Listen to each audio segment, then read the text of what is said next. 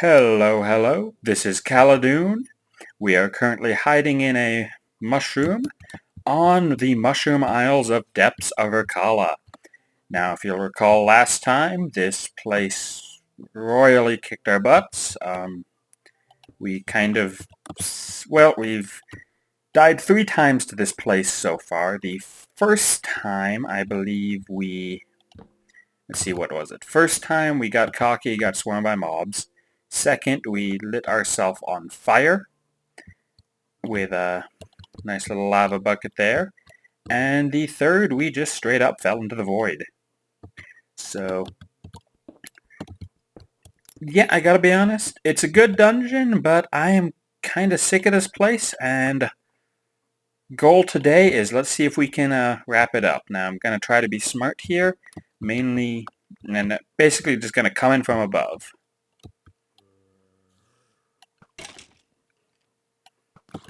He has a pumpkin on his head. That natural? Nope. Oh, okay. So, I actually am recording this. I think this video is gonna be out Sunday? Yeah, it should be Sunday if I'm planning everything right. So it actually is Halloween right now. So it looks like they put a little update out at some point that all the mobs have pumpkins on their heads, which is pretty adorable. As for gear, we've got this. It's minimalistic. I mean, we still got Blade of the Mines. It's not as good as the gear we had before, but it's wow, look at that swarm. That's impressive. Alright. How good I did kill him. Yeah, this merits lava. Anyway, like I said, mainly gonna be sticking to the skies in here. I really don't want to go down there and fight those swarms. As we saw before, they are pretty powerful. And yeah. Now, worst case scenario, frankly, is a skeleton shooting me off. So, let's hope that doesn't happen. Okay, this mushroom's clear. Which is kind of a weird sentence now that I say it. Why not? We'll light up the tops of everything. Huh. Not sure what happened there.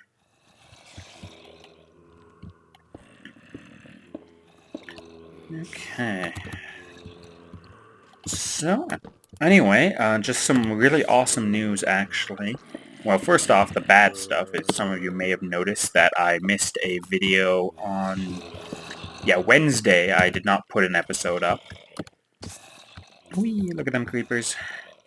And the reason for that, which I've mentioned in my mostly harmless videos, if you watch those, they are basically me being on a YouTube, multiplayer server. It's pretty fun. All the people on there are cool, and currently working on building like a little observatory in lieu of the standard, obligatory starter house that everyone does. But so I mentioned it on that video, but I haven't explicitly said it here, is that, well, we're making a video game. And public beta is, in fact, well, it's Friday, which is, Halloween when I'm recording it. Well, frankly, its public beta is in, 8 hours. Wow, look at all those mobs. So, yeah, currently it's actually, it's about 8 a.m. here. I've basically stayed up all night doing level design. Pretty much everyone has, actually. Not level design, but, my girlfriend stayed up till about 3 working on the, thought I lost the lava. Finishing up the music. I know, some of our artists and other programmers stayed up till at least midnight. It's basically been just a hectic week trying to get all of those little details done. But, again, since I don't think I've mentioned it here, it's a puzzle platformer actually called Phase. And the main gimmick, basically, when I say gimmick, more the main mechanic, I suppose, is the better way, the formal way of putting it, is that whenever you jump and move around, you actually leave a little trail of ectoplasm. And you can kind of switch between night and day, and depending on what time of day it is, some of that ectoplasm will be solid. So essentially what you can do, the puzzle part comes from the fact that, well, If you jump, you'll leave a trail behind you that you can then switch to, being solid. So you can potentially, move. So you can practically fly upwards by jumping, to place some blocks, make a little parabola, and then you take, just going to show it here, I guess, and then you kind of have a trail behind you, something like this. And then you just can go on top of there, jump, switch dimensions, and so on. So that gives you huge range of movement in cool creative ways, and that's just, kind of one of the more basic ones. It gets crazier and crazier as you go on. But, I mean, my team, we've been working on it for like 6 months. We're super excited. It's not going to be perfect for the public beta, but mechanically, it's pretty much, mechanically it's all there. We're just missing some of the art and music. Basically, we're going to do the public beta, and then in a few more weeks, we're going to do I guess, final release once we put all the art assets in. So yeah, super excited. I'm going to go ahead and include a link down below. So, yeah, you should, especially if you like my Let's Analyze videos, you should go check it out. I mean, it's pretty much me, I guess, putting all that level design stuff I've talked about into action. Now, of course, some of the mine... Ooh, skeleton. No. The skeleton specific... No, the Minecraft specific stuff doesn't apply, but the general stuff of, tutorials, pacing the player through levels, and so on. I'll probably put, like, once we get a trailer working, once we get a trailer made, I'll toss that on the channel, on this channel, and so on and such. Oh, and yes, it is totally free, so figured I'd mention that. It's an important selling point also, let's be honest. Okay. And looks like this place is starting to dry up, mob-wise. And I think I see a tunnel with a light down there, so that's a good sign. Actually, we're pretty low. I wonder if maybe the wall's down there or something. That'd be nice. Because, like I said, cool dungeon. It's a hard dungeon. This is without a doubt the biggest spike in difficulty. And I'm rather terrified considering I remember some posts in the thread saying that it used to be worse. And, oh, wow, okay, I guess there's not really any mobs over here. Or no really, spawners over here. And a few more mushrooms. I was like, part of me wants to, like, go down on the land and, fight those guys and try to take out this mushroom legit, but no, I've learned my lesson. I'm gonna be smart. We hit it from above. And, yeah, alright. And, okay. That is, yep, every vertical elevated mushroom platform taken care of. I'm just going to run around, try to pull many of the mobs to me as I can. And lava bucket. Oh, that'll even flow down into that tunnel, I think, which should help. Let's just start shooting mobs. Pull some aggro. It's going to be great. You're on fire. Ha ha ha. Sweet. Okay. That has definitely thinned the place out. Let's dump some over here. Ooh, hello, creeper. You're gonna burn. Get that creeper and those guys. Okay, there is... First thing I think I'm gonna do, before I go down, we're gonna heal up. We're gonna splash this speed potion, and we're just gonna go. Torches everywhere, because I don't have to worry really about mob spawns. Maybe I do an extent, but not as much as I otherwise would have to.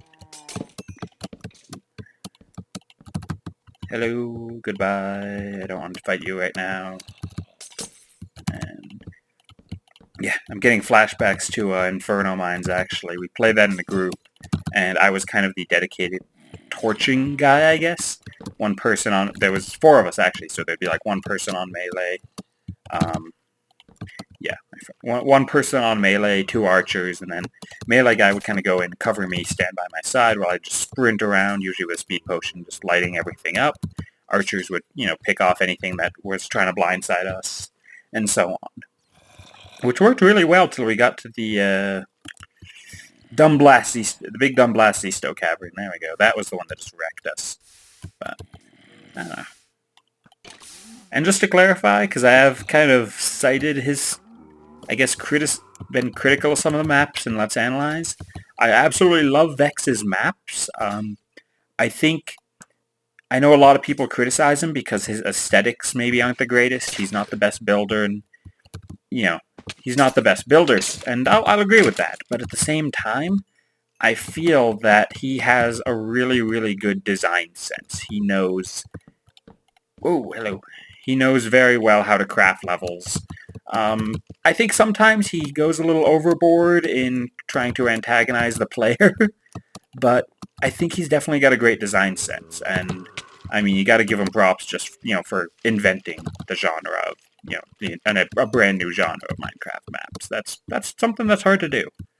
So, clarification, yep, Vex is awesome, but it's also, ooh, out of cobble, wow. Guess I built an extensive scaffolding network. So we're getting a little bit of lag, not quite sure why there, but yeah.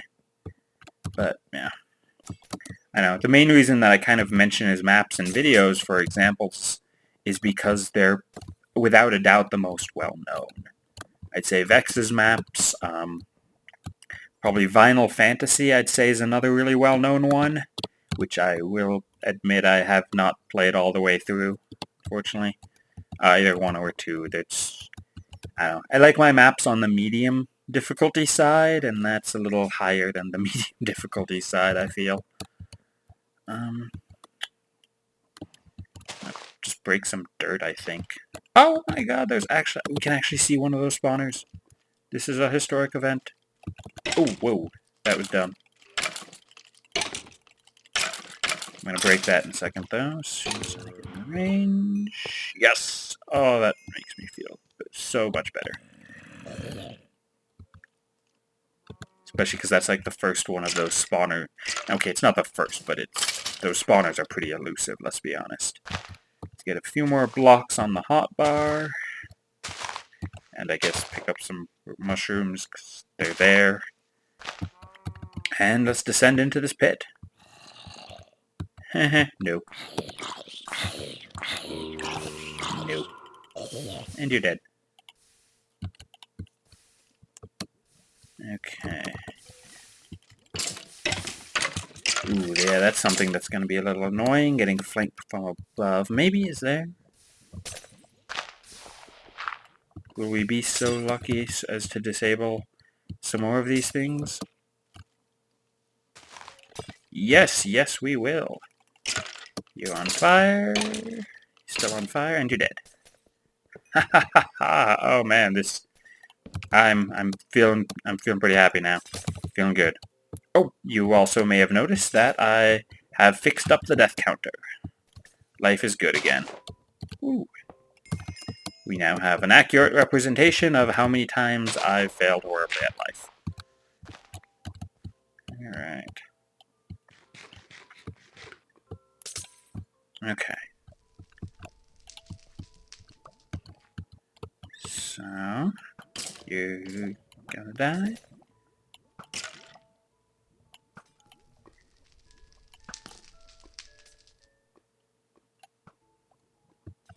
Okay, there's definitely a spawner. Oh, is that? I think that might be a spawner right there, actually.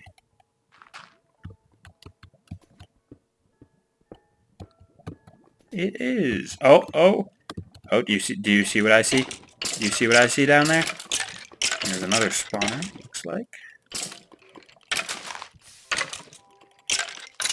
Man, they have oh, wow. Nope. You're dead. I hope I can get out of here without this sword break. Yep, I brought a backup sword for just this reason. Oh my god, I'm almost done. Almost out of here. What's this? Light blue, I think it was? Oops. Didn't mean to break that block, but it works. Any more spawners? Doesn't look like it. Alright, let's do this. Block off that lava. Break the glass, and light blue wool. Haha. Oh yes, I am now happy. Let's take 12, I think, is a good amount. Woo! Alright. That was exciting. Now I think I should be able to get out of here safely. I'm going to go ahead and record just in case something bad happens, but if it does, I'll make sure to see it. And if not, then you'll see a nice little, oh, scared me actually. You'll see a nice little black fade, and we'll be back at the Victory Monument before you know it. And we're back. As you can see from the death counter over there, we did not die horribly. In fact, there were very few mobs getting out of there. And did manage to get some new loot, actually. Now, it's not quite as good as what we had before, especially that bow, but Power 2 and Infinity, I'll take it. It's a solid base. We can work on modifying it as we go. And Smite 2 swords, never bad. Now, for the Victory Carpet, I came up with a nice idea a few minutes ago. So we're going to do kind of white wool for the outside. There was then the magenta and the orange, which were at intersection 1. And then we're going to go ahead and pattern intersection 2 like so. So yeah, there's the updated Victory Carpet coming along. And now, of course, let's go place the actual wool. I actually spent a good 10-15 minutes doing some changes here. First off, the staircases are now slightly fancier, bordered by stone brick. And as we head down here, oh yeah, actual lighting, we've got glowstone and a nice little circle of leaves lining this whole thing, really. So, let's go ahead and light blue wool. 3, 2, 1, ta-da! And another intersection down. Alright. Now, we know where intersection 3 is. Yeah, 1, 2, 3, 1, 2, 3. So next up, it looks like there will be the pink, gray, and light gray wool to get. That will be at intersection 3, which, if you recall, looks like this. Hopefully I managed to get that to sound right in editing. Anyway, and yep, this connects to the Molten Mines. We've got the Amazing Pink, which we already saw a brief bit of. Let me just run back in there to refresh our memory of its pink glory. Oh, I was hoping we'd see the fireworks again. I don't want to fight you right now. Yay, heard the fireworks. That's better than nothing. And I figure we'll end this episode with a preview of things to come. The Starlight Jungle. Let's check this out also.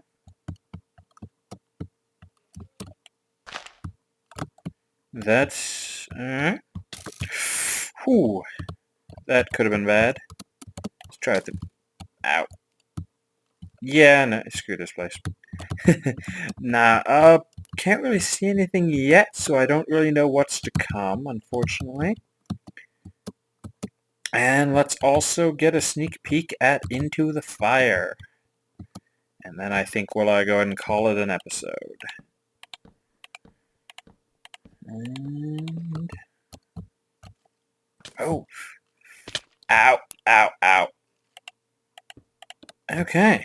Well, let's hide in a little box and curse skeletons. Oh, man, that's... Now, I will admit, I remember seeing some screenshots. I think Moldy was actually working on updating this area. So, this might look totally different in the next episode. We'll see. Did I bring a pick? I didn't bring a pick, of course. This is not a good omen for this area. But let's hide back in here, kill this schmuck, and this schmuck, and put a nice little barricade up there. Like I said, this place might look totally different next time, but either way, well, with a name like Into the Fire, I'm sure it will be nice and burny. There'll also probably be, next time you see this place, probably going to be a very sparkly base here. I'm trying to figure out what I can do that will match this place's shininess, really. It's pretty gaudy. In a good way, in a good way. Anyway, this has been Caladoon playing Depths of Irkalla. I hope you enjoyed, and I'll see you next time. Bye-bye.